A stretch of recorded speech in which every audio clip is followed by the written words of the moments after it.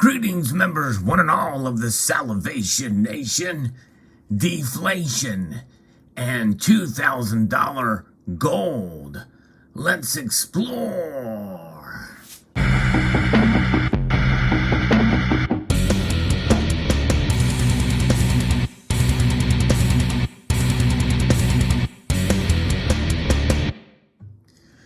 Those are two concepts that really are foreign to us in this present environment. We are seeing very high inflation, and gold is really much closer to $1,800 than $2,000. So what gives? Why were we talking about gold potentially breaking out above $2,000 an ounce again? And deflation? That makes no sense at all, considering the money printing that's been happening. But then again, what does make sense with inflation running hot and gold below $1,825? Well, let's take a look at an article here from Kitco that talks about this. A member of the community sent it along to me, and it's by Anna Golubova. Talks about that gold price is on the cusp of a $2,000 rally. And according to Bloomberg Intelligence, it very well could happen because of deflation. Pretty interesting. After a disappointing May start, gold could be on the cusp of a major breakout above $2,000 an ounce, according to Bloomberg Intelligence.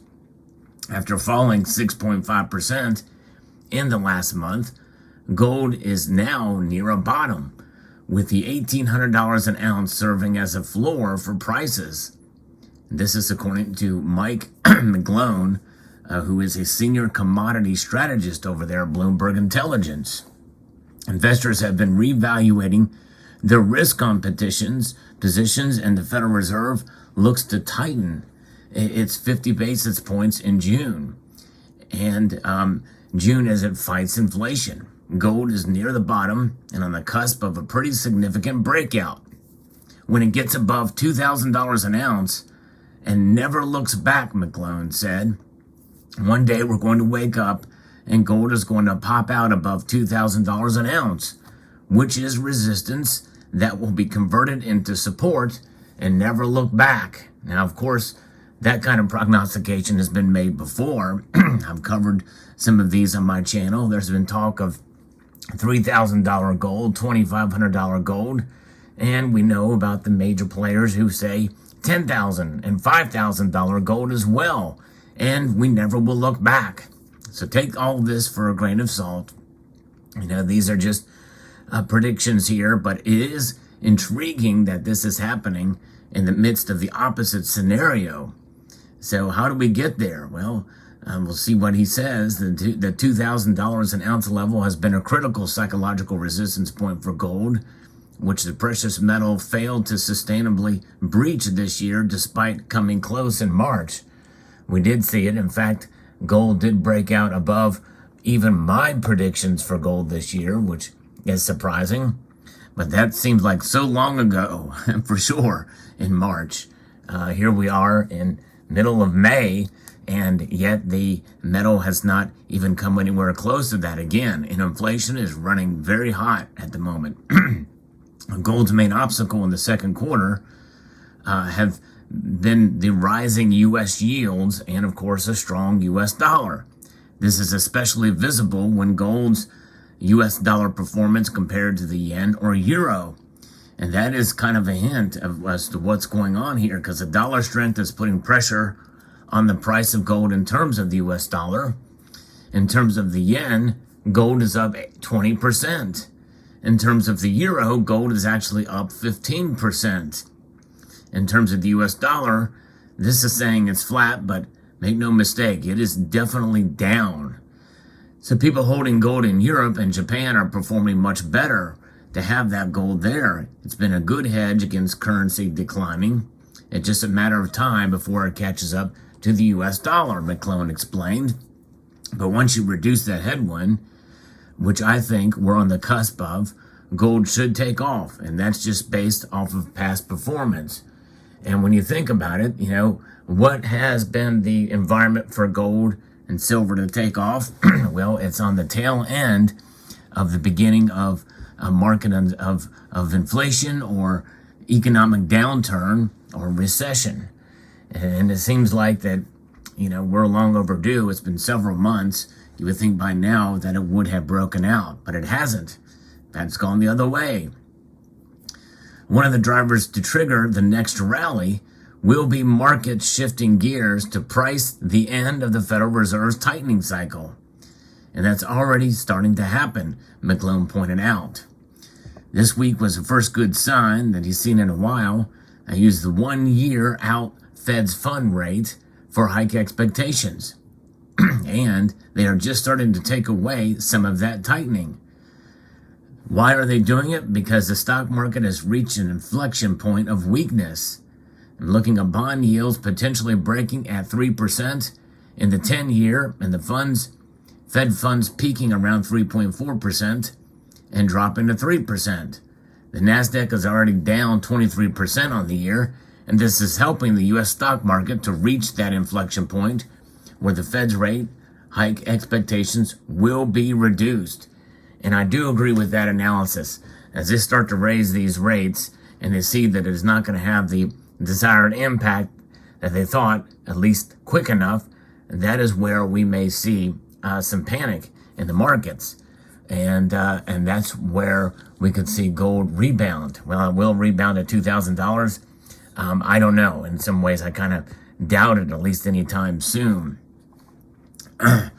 But anyways, the market is heading that way.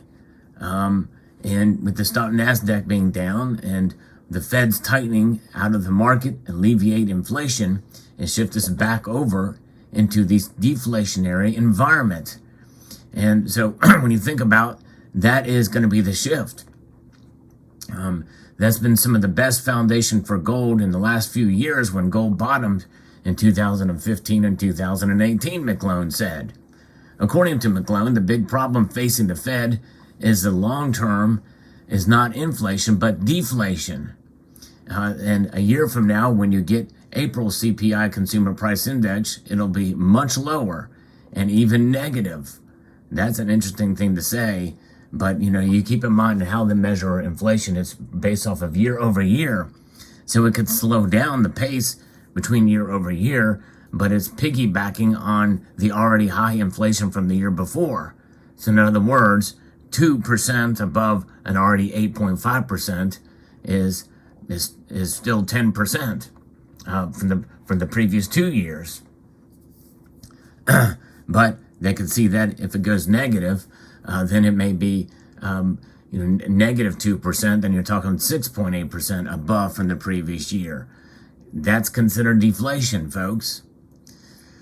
McClone did note that it's an if statement. The Fed wants the stock market down because they need to reduce the ability for people to buy stuff. I think that's just starting to happen.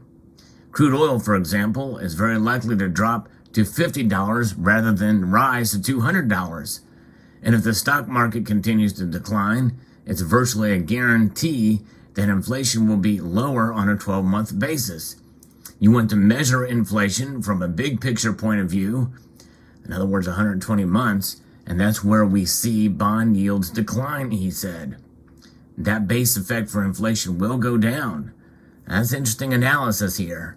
Because, and I remember very vividly in 2020, we saw crude oil drop below $30 a barrel. It was negative $38 a barrel for that time. Of course, that didn't reflect in the gas pumps, but I digress. Gold will be a primary asset to go to in this scenario, but when allocating to gold, it is best to pair it with Bitcoin, according to McClone. And I don't know if I necessarily agree with that statement. I mean, in other words, basically he's saying it's good to diversify. I don't know that I would necessarily go to Bitcoin, but you can make your own decisions there. But nonetheless, in modern portfolios, gold is naked if not paired with Bitcoin on portfolios, is what he's saying. So he's got this crypto thing going on, but nonetheless, it's a very interesting analysis to look at here to see what could lead to this deflation. And how do you define deflation? I don't think it's as what people think. You know, in other words, lower prices overall other than oil. But you think about it, oil dropping per barrel is not necessarily going to reflect that at the gas pumps or for heating oil or fuel for your jets and other things. So very interesting analysis here and what deflation will look like, which may not necessarily reflect in lower consumer prices, by the way, at least on some measure, but we do think that potentially that is the environment that will lead to higher gold prices down the road. And that's just it, folks. This is a very fine line. The Fed is walking a tightrope with these rate hikes. And so something is going to give somewhere, and more than likely, gold will make its way to a higher price in dollars, just like it has in these other currencies. Let me know what your thoughts are in the comment section below. Hope you enjoyed this video. I'd like to extend a multitude of gratitude to you all for taking the time to watch, and to encourage you to please rate, share, comment, and subscribe.